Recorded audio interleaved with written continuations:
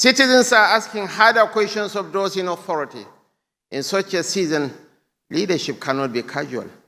It must be cultivated, it must be tested, and it must be sustained. For Nigeria, this truth carries even greater weight because of the place of young people in our national life. We are one of the youngest nations on earth. That fact should not be treated as a line for conferences or a statistic for brochures. It is a national condition with profound consequences. It offers us energy, imagination, and skill.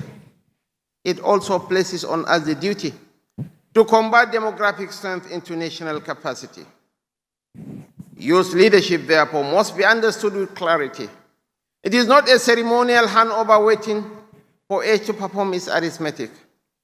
It is a structured process through which young men and women are prepared, trusted, tested, and integrated, and supported within the institutions that shape our future. If we leave it to chance, we'll inherit fragility. If we build it with intention, we'll secure continuity.